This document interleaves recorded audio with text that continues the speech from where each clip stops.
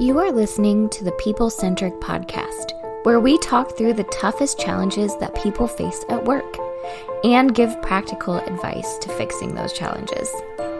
Thanks for joining our movement to create workplaces that are happier, healthier, aligned, and empowered by putting people at the center of all that we do.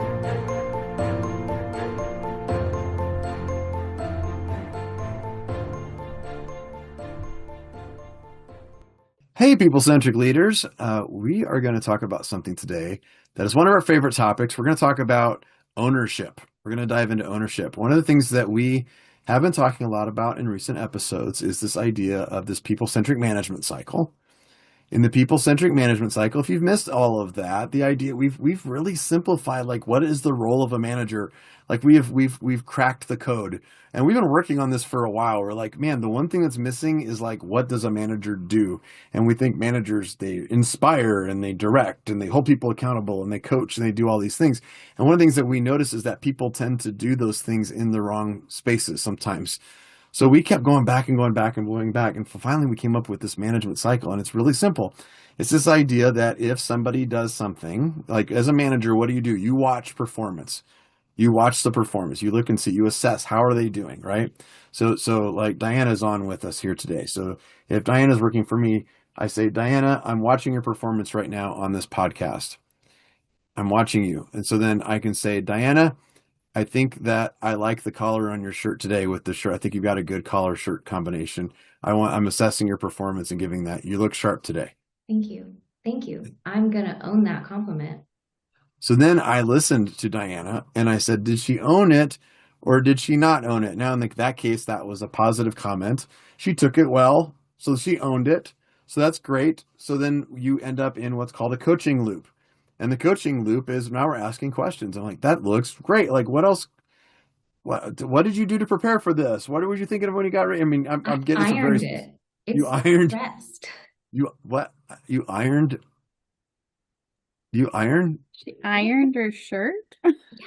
Who doesn't iron their shirt? Yeah. No, I'm with you. I don't know what Don's question is. I haven't ironed anything in a long time. I'll be honest. You're such a boy. Yes, I iron my shirts. It's classy. That's super classy. Thank you. I own an iron. I'm 40. You're an adult. So Diana just gave me some feedback, right? In our management cycle.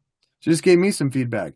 Now I have two choices of how I respond. I could own that feedback that she just gave me of Don, you should be ironing your shirts more.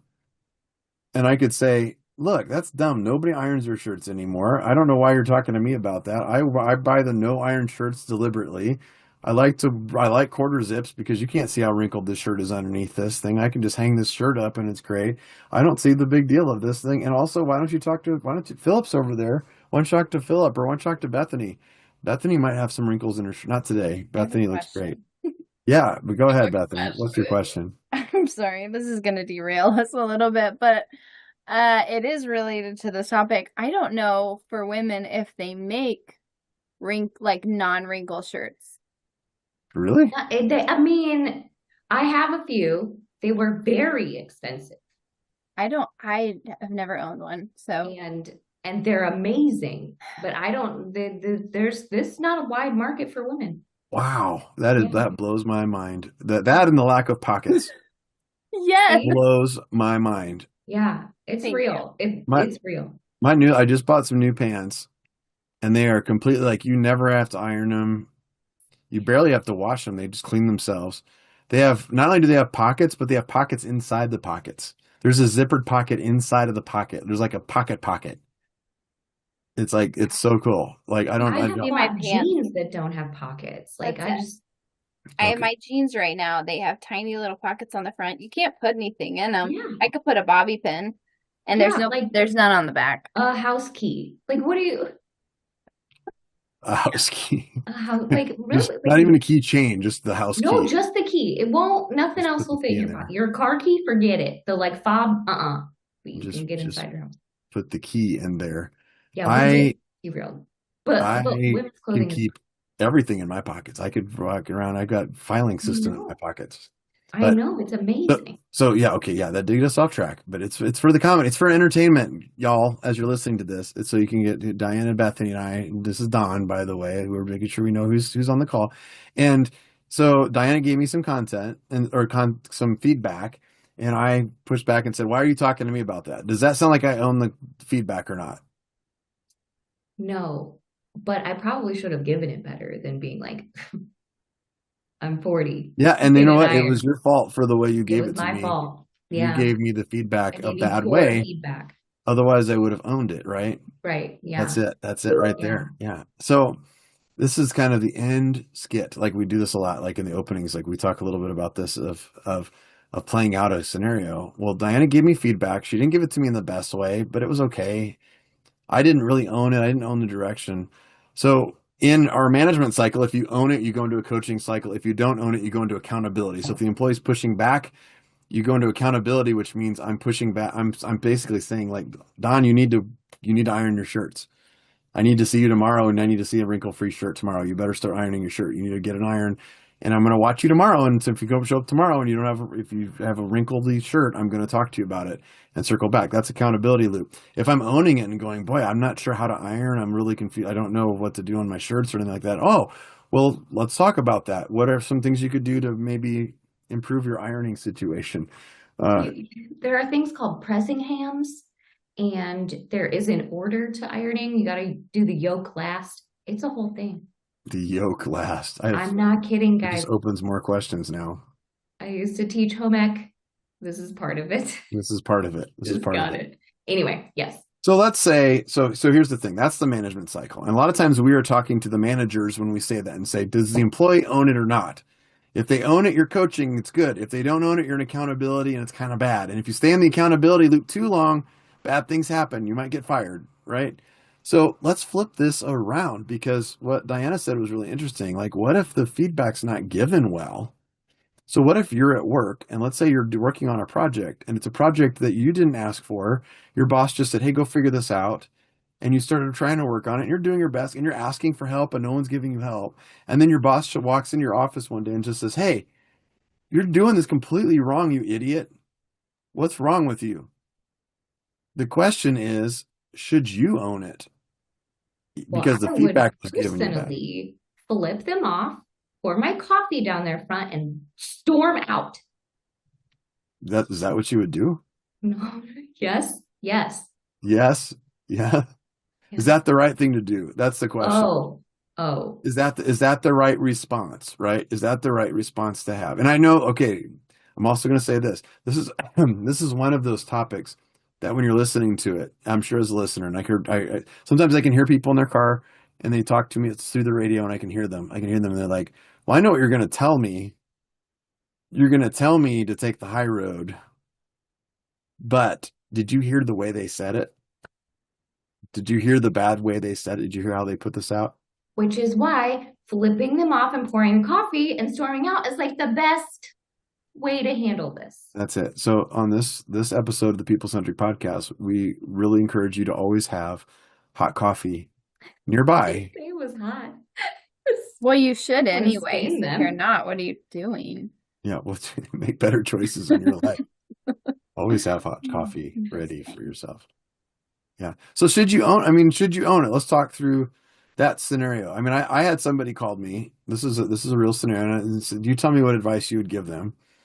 And it wasn't that black and white of what I just pointed out, but they were frustrated because their boss wasn't giving them good feedback. Like their boss wasn't giving them good feedback on stuff. And finally they went to their boss and said, like, hey, I'm frustrated because you're not telling me you're not giving me feedback on whether I'm doing a good job or not. I'm thirsty for more feedback. And the boss said to him, like, well, you do need to do a better job in your job, and just left it general like that. And he called me and he said, so now what do I do? I asked for the feedback. He told me I need to do a better job. I asked him to be more specific. The boss couldn't be more specific. Now what do I do? And I asked him, what do you feel like doing? And he said, I feel like dumping coffee and flipping them off, doing the Diana rule. That's what I feel like doing. I'm so good at this. You're so good at this. But it feels like maybe is there another route to do? How can I make him give me the feedback that I need? Was his question. So what's the advice we would have for my friend? Oh, your poor friend. First of all, your poor friend. We've all been there, or a lot of us have been there. And the question you just asked was, how can I make them give me the feedback that I need? Is that what the question he asked? Yes. And the answer is you can't. What about the coffee in the... You could do that. You can do that. That's still an option. Okay. But how getting them to give you the information that you need, you can't control them in any way Yeah. at all. Yeah. Yeah. Yeah. Would you give different advice, Bethany? What do you think? This is such a hard question because you can't help. I mean, you can't force it. I think what I see, I think if you have somebody who's like, I'm still in it and I want to make this work, because I think this is a moment, right, where somebody decides like, okay, well, if I can't get feedback and I'm not doing a good job, then I don't know what to do. So I guess I have to leave. That might be a direction they go to, and that is an option. But then the other option that I think I see people make here is like, well, then they get almost like a reverse micromanager, if that makes sense. Like then it's like, okay, well, now I feel like I've got to check in on every single thing that I do, which is going to slow me down and frustrate me in my work. And I would say like, maybe short term, that's okay, as long as you can figure out a system for how to like back off from that. But I think that if you are saying like, look for key moments that are like, here's where I've gotten frustrated, we've gotten sideways in the past, and be able to say, whenever I get to that moment again, or whenever I'm working on a similar type of project, maybe you are going back and asking more specific questions to say, is this what you're looking for?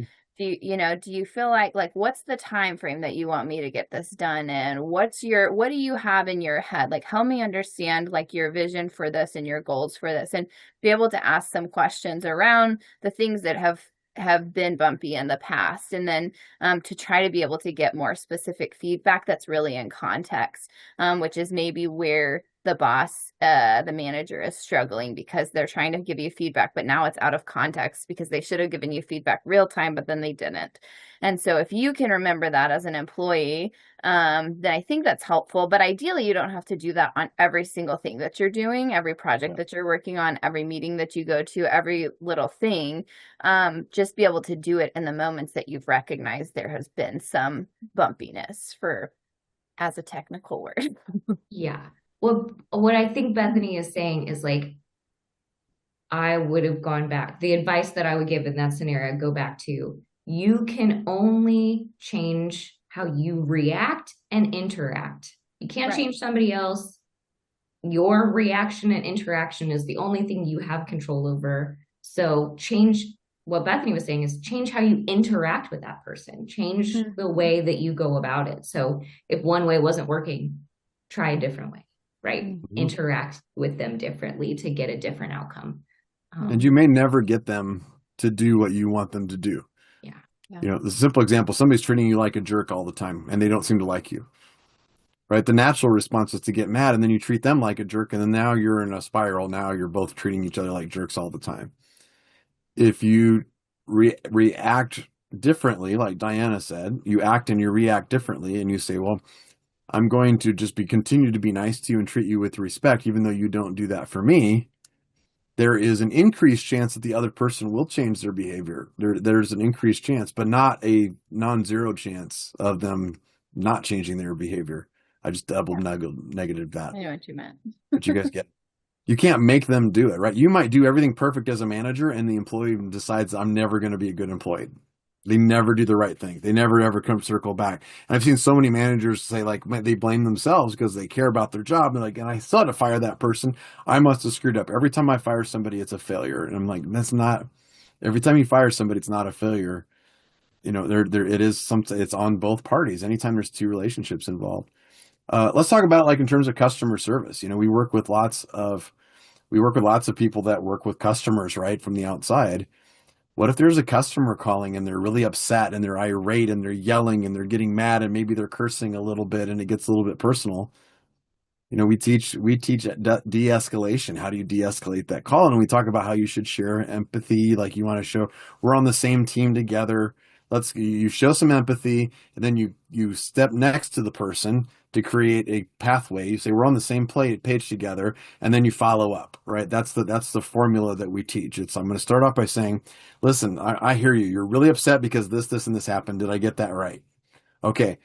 How about you and I work together and let's solve that problem and get you set up, get you fixed, and then we'll go back and figure out what went wrong later. But let's start by solving the problem together.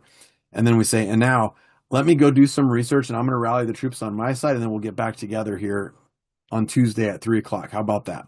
And that's the kind of thing that we talk about. But the customer, the person on the other side may never be like, oh, thank you so much. That's so great. They might still continue, well, you're the worst and your company's terrible and I'm going to get on there, I'm going to find a review and your mom's terrible and start insulting you. How do we respond to that? Like if the other side never comes to the table, and even if we do all the right things, what do we do? I think what you're asking, and maybe I'm oversimplifying something, but are you asking like, when do we own it? Like, where is our responsibility in that? Yeah. Yeah, if you can handle the call perfectly and the other side doesn't. Yeah, and like what? Can I release my ownership in that moment? I didn't do it, you did it. You're the one that screwed up this call. Can you release your ownership and flip it to blame? Sure.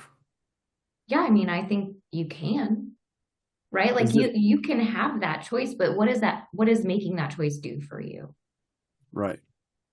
And what does making that choice make you feel like when you're done? That's, yeah. Yeah, it feels like we have this, like we have to justify ourselves or we have to defend ourselves a lot. And it's not that there's never moments to like defend yourself, I guess, but I think that it's like in both the situations, whether that's like internal or external with customers or with your boss, and it's like they're not giving me the feedback. And I mean, I from what I've seen, the experiences that I've seen and the work that we do is like there have been a lot of situations where, and sorry to take us back to almost like the boss to employee thing, there have been a lot of situations where we have worked with employees and they're coming to us and they're saying like, I don't know what to do.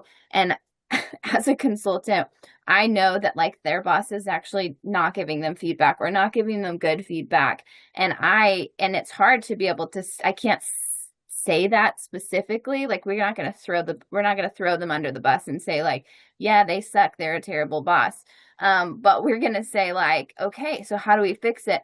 And what I've never seen work is when somebody chooses to go really hard the other direction and not try to own it at all. So I've seen people say like, well, you don't know what my life is like and you don't know what I do every day and you don't know how valuable I am. And actually, you know what? You should give me a raise because I'm worth more than you even realize. And, when they go really hard that direction, it never works, even if it's true, it's just never gives them the outcome they want to. So it either leads to an offboarding conversation or it's damaging any opportunity for internal relationships usually. And I think that's true on the customer service side too. It's like, even if it's true, like even if you weren't the person who talk to this customer previously, and maybe that person really did a bad job of handling this customer, or maybe the customer is wrong in this situation.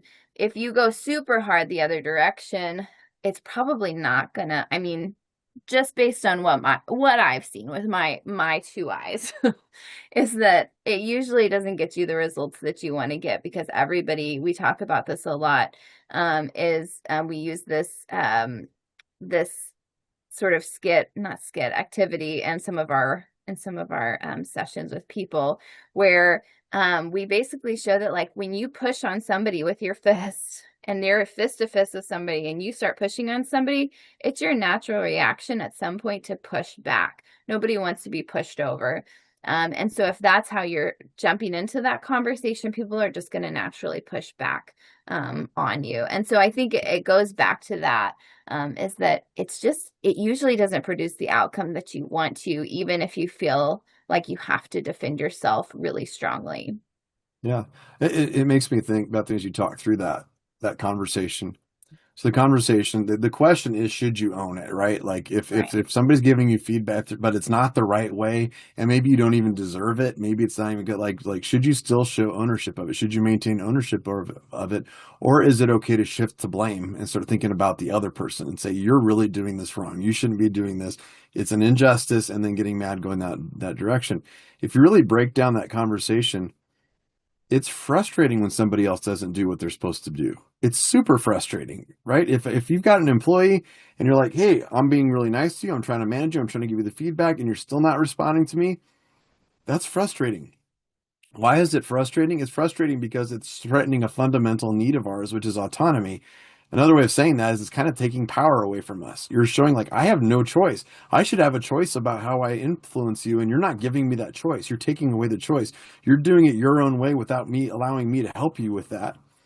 Which, when you take away a fundamental human need from somebody, we get emotional about it. We get upset. We get scared. We get when that we get into the lizard brain. We've talked about that. We all have three brains, inside of ourselves. We get into that fight or flight brain of ours, and we want to fight back, and we want to push back. And well, it's not me. I'm going to push you. This is what I'm going to do back to you. And it's a very natural reaction that all of us have as humans.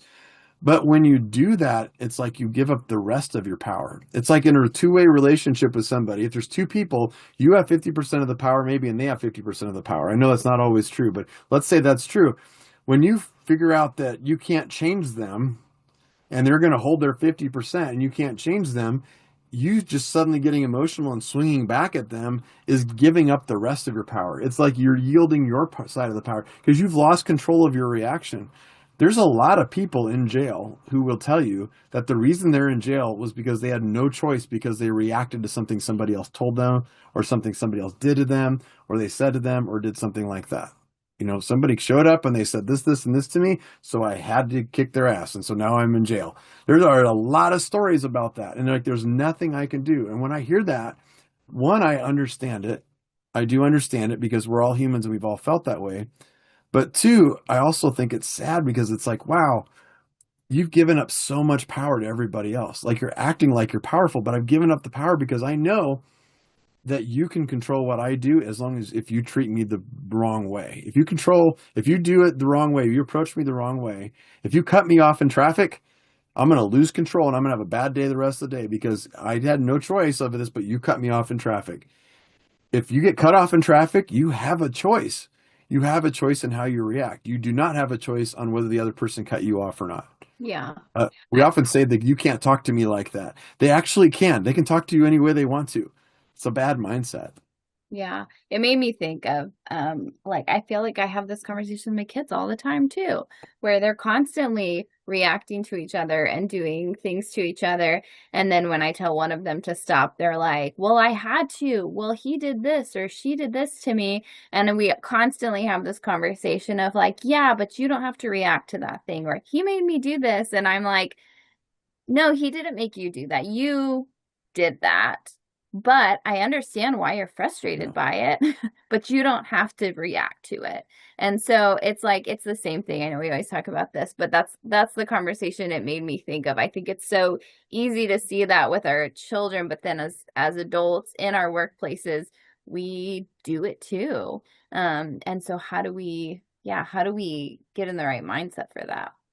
Yeah. And I always think about how, there's basic human needs. We talk about 4 of them: purpose, community, autonomy, and development, right? And autonomy and community in these moments are kind of at odds with each other. Mm-hmm. Because you want that high autonomy. You want to be able to do what you want to do in the moment and do it well and like execute it. But you also want to be part of this community and this tribe and like not alienate others. Mm-hmm. So I, being a highly autonomous person and value a lot of autonomy, my natural reaction when people come at me, when people give me feedback, is defensiveness. That is my natural. I cannot change that. I have worked on it and worked on my natural is like defensiveness because I think that I've done a good job and I value that very deeply. And so my natural reaction is kind of like anger and defensiveness. But I have learned that if I am angry and defend immediately every time, that I will get excommunicated from the community. Right? Mhm. That's what jail is. You were overly autonomous. You reacted poorly, and we are excommunicating you from the community. We're taking you to jail. And nobody wants that, right? That's why jail is different from the community. It's not good. You get taken away from the tribe. You're no longer allowed to be here. And I think that it's important to say, how do I keep my autonomy and know me really well, but also provide value to the community that I'm trying to be part of? I like that. And just so those of you who are watching us on YouTube, Bethany did not just get out of jail. She just happened to wear a striped shirt today. I just want to be really clear. It's not a jail shirt. Yeah, thank you for the clarification. You've been out of jail for a long time, right? That's a long time. Yeah. Long time. And you're not going back. That's not how we're doing that. No. Yeah. It's really hard in those moments. Like it's easy for us. Like I'm sitting here listening to us talk and I feel almost like I'm lecturing, because it's like, you shouldn't respond to this, you should do that. And I know that, geez, probably multiple times in the last week, I probably haven't made a good choice on how I've responded to something that somebody else did. So there's a natural thing for us as humans. And then so we can kick ourselves for that. We can work on it. We can think about that. But really what we have to do, and I think a big part of like building our emotional intelligence is to identify those moments when we don't like how we react or we don't like the results we got from our reaction and say, how can I tweak that? And what makes me so angry in that response? And how do I make this better? Because if you can stay controlled in that space, it maximizes your chance of having a good outcome in the relationship. If you're working, I like what you said, Bethany, of like the pushback, the hard pushback, the emotional response, seldom does it work. Very seldom do you get what you really want to get. Very seldom do you get what you really want to get out of it. And that approach doesn't typically work. What does sometimes work, nothing works 100% of the time. Sorry, this people game. Like the people game, nothing works 100% of the time. Nothing does. Because you don't have total control of what the other person's going to do. The other person can continuously never do the right thing, even if you handle things perfectly. But if you're thoughtful, if you ask questions, if you're curious, if you call timeouts in good moments when the emotions get high, you are maximizing your chance for having a better relationship. I liked your example with the employee and the employer. The employer is not giving good feedback. Best thing you can do as an employee is be a rock star employee and do everything as much as you can be right. And that is the best chance you have of your employer kind of coming around and you helping to coach and lead your employer that way. And by the way, then if it doesn't work, one of the best things about any relationship, including relationships at work, is you can go get another one. You can leave, you can quit your job and go find another job where your boss does give you the feedback that you want. But at the same time, we've talked to many, many people who have applied for jobs here because they come here because they say, I'm coming to you because you're fighting the enemy. And the enemy is the management everywhere, and management everywhere is terrible. And every job I've ever been in, the managers I've been at, they don't do the right things and they stink and they're not good at what they're doing. And everybody on our team, when we hear the person say that, says, and you haven't figured out where you're handling this badly. You're probably right. Your bosses have probably made mistakes along the way. And in fact, they have made mistakes along the way because we all do. But you have chosen to become a victim of that instead of owning it and taking responsibility of it and taking your power back for that because you don't want to threaten the community or or just get emotional about it. Yeah, I love all those examples. I remember having a conversation with somebody one time about this too, and it was more of like when this person was kind of in this challenge of like they were struggling within their organization, within their role, with the position that they were in because of what the decisions other people were making within the organization. And it was a really hard situation to be in. And I think one of the questions that I asked of her was like, what do you want people to say about you after they leave this organization, or if you eventually leave this organization, and what it was like to work with you, and like what's driving you, and how do you want to be known, how do you want to be remembered too. And I think that also, if you can kind of think about it in that way, like that impacts how you respond and you show up, because then it's a longer term impact. It's not in this moment, this situational defense, because you could take this road of like, well, I'm going to be the rebel, for the lack of a better word, but I'm going to be this hero, which is a whole other conversation. I'm going to be this hero, and I'm going to rally the troops, and we're going to fight, this battle of good and evil. That's like, maybe it is, maybe it isn't. But what if your enemies, your quote unquote enemies, could also say like, you know what, we didn't agree about everything, but when I worked with this person, they were really, they had a lot of character, and I appreciated the way they responded in these tough conversations, and so on and so forth. Yeah, that long term creates a reputation for yourself and creates a long, slow, like air around yourself of people look to you and say, wow, that person, pretty reasonable. They're really good. So that's awesome. Yeah, I like that. Well, I think this has been a really good topic for us on ownership and what ownership looks like. We often talk about it from a manager's perspective. And are you detecting ownership from the employee or not? And then when we talk to the employee side, it's like, well, my manager's not handling this right either. And we're like, yeah. And it's not, but it's, and you have to decide how you want to handle it then. They're doing it wrong, so do you also want to do it wrong and pile on? Or they did it wrong and you're going to do it right, so that short term, maybe you maximize the chance of them starting to do it right themselves, as a good example. Or like Bethany just said, and I'll say it in an evil way, but Bethany said in a kind way, I'll say like, sometimes the best revenge is to say like, yeah, you're going to miss me when I'm gone because I was awesome. Right. And I'm never going to say that to you. I'm just going to show it to you. I'm just going to hit it out of the park. I'm going to kill you with kindness. I'm going to be the best employee you have ever seen. I'm going to be super engaged. I'm going to find out everything that you need as a boss. I'm going to work like crazy for it. And then when I go, you're going to be like, man, I should have done that differently. And I have seen people after they've left, by the way, where the boss, that unfortunately became the catalyst for the boss, is like, that relationship broke, and that's going to lead me to change. That's going to make me do something better. Yeah. Diana, what do you think? I think this is a good conversation. It's a great conversation. And I get to your point. It's hard. This is not easy. It's not easy to like take the high road and, think through how you want to be perceived in 5 years, right? That kind of stuff is not something that in the moment of this conversations is easy to think about and think through. And so I always look at it as like, it's a muscle that you have to build, right? Mm-hmm. Like, keep practicing it and you'll build that muscle. You'll build the owning it muscle, the lack of blame muscle, the introspection muscle. And I think that as you build it, you just become a better person as you build that. Yeah, and you'll see results from it. You won't see it results every time. Right. But in aggregate, you'll see results. I mean, I get a good example. I hang out in airports a lot, and so I like to watch. Sometimes I like to watch, sometimes I don't like to watch. I'll watch the airline attendants and they handle situations. And one of the common situation I've seen in the airport, if you've seen this, if you fly a lot, you'll know what I'm talking about. The plane, you're trying to catch a plane, you go to the gate, but they've closed the door.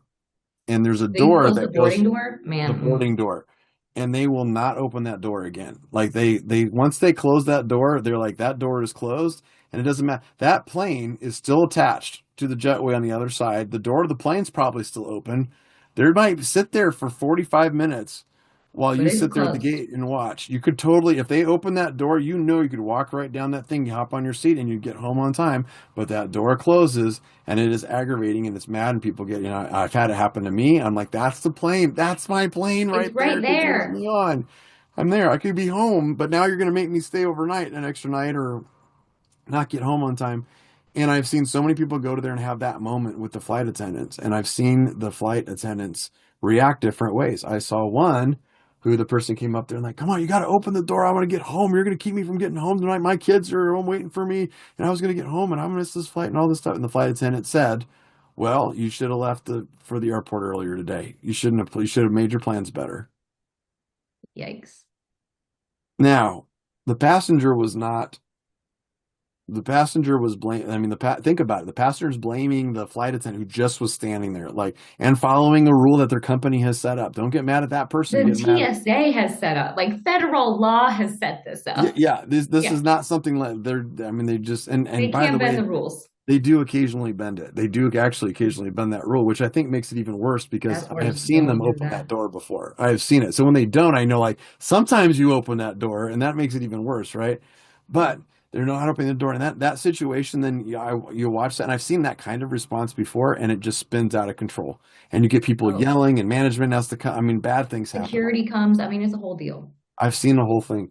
I Yeah. saw a flight attendant last year handle this very differently. And what she said is, she said, I know the plane's right there and you just want to get home. I am really sorry that this happened. I know this is frustrating. How about we work together and let's figure out how to get you home as quickly as possible. That's it. And That calms it. I'm still upset. I can you're still still see the upset. freaking plane. And it's It okay. still I can still sucks. see the plane. And this guy who showed up and was like, he was cursing and he was mad and he was yelling and all this stuff. He just looks at her and he goes, okay. Like defeat, right? Like defeat. Like, you and I are going to work on the same page here and you're going to do that. Now, she might have said that and he might have continued to cuss and curse and done all the wrong things again, because that's how people work. But if you do the right things, you maximize the chance of the right things happening on the other side. And that's the power that you have. So, yeah, take the ownership, keep your power, keep your cool. We get it. It's okay to be angry. It's a natural response. But that's Yeah. good. That's good. And I want to learn more about ironing. I'm going to go look up what the heck a yoke is and what I should And a pressing ham. Get a pressing ham. pressing ham. I You do don't love need a ham. pressing ham. I've got some Swiss cheese that's probably left over at my house. It won't work. Yeah. It gets melty under the iron. Is that like a Cuban? Like, is that how you make a Cuban sandwich? Yeah. You put the ham and the cheese and you put the iron on top of it? Is that what you're talking about? Yeah. That's a panini press. Different kind of press. Oh, panini. Okay. This is Yeah. good. Yeah. This is good. You Tell me- can't put your shirt in a panini press, but you can make delicious sandwiches. Okay. All right. I'm learning a lot in this podcast episode, which we hope you learned a lot in this episode. I'm gonna as well. buy men's shirts from now on. Yeah, you did. You know about the wrinkle-free thing? Is that a new? I mean, I know that it's a thing. But they just like they don't make that for women. It's really more of a default. Oh Right. yeah. Oh yeah. Like, that's Yeah. for a guy's shirt. Like, it's a default. If it's not wrinkle-free, I'm really surprised, and I'll send it back. And I think they know that. Yeah. Yeah. Which some men are probably listening to this going like, really? You don't buy the. You You don't don't buy get Armani and have it dry cleaned and pressed every time? I do not. No, I'm wash and wear. That's me. That's my life. I travel too much. That's what I prefer. That's what I want. Yeah. I'll hang the shirt. Sometimes I'll hang the shirt in the bathroom when I run the hot shower so that because a wrinkle-free shirt can still get wrinkled. Yeah. But you guys don't have the problem where the hem is constantly rolled up. Right. Like they just don't do it for men. I don't know. Yeah. Jimmy's shirts always look nice. Your shirts always look. Philip always looks amazing. I don't know. Right. It's just I have to iron my shirt. Yeah. Okay. Yeah. Okay. It's really oppression. It's systemic oppression. That's a whole other podcast, though. Wow. Yeah. We're pretty good at it. I'll admit. I think of the Barbie movie. Like, yeah, we're actually quite good at that. That's what we do. That's what we do. Well, I hope everybody enjoyed our banter, our witty banter, and our topics and our challenges for you. Listen, you're not going to do it perfectly, but keep doing it better and better, and that'll help you to become more people-centric. So thanks for joining us, and we'll catch you next time on the People Centric Podcast. Thank you for listening to the People Centric Podcast. We are so grateful for you joining us every week. If you like this content, please like and subscribe. Also, feel free to share on your social media with everyone that you know. It really does help us. If you would like to contact us, I have put our information in the show notes. Please reach out anytime. We love hearing from you. We will be back next week with a new topic. Until then, be well and lead well.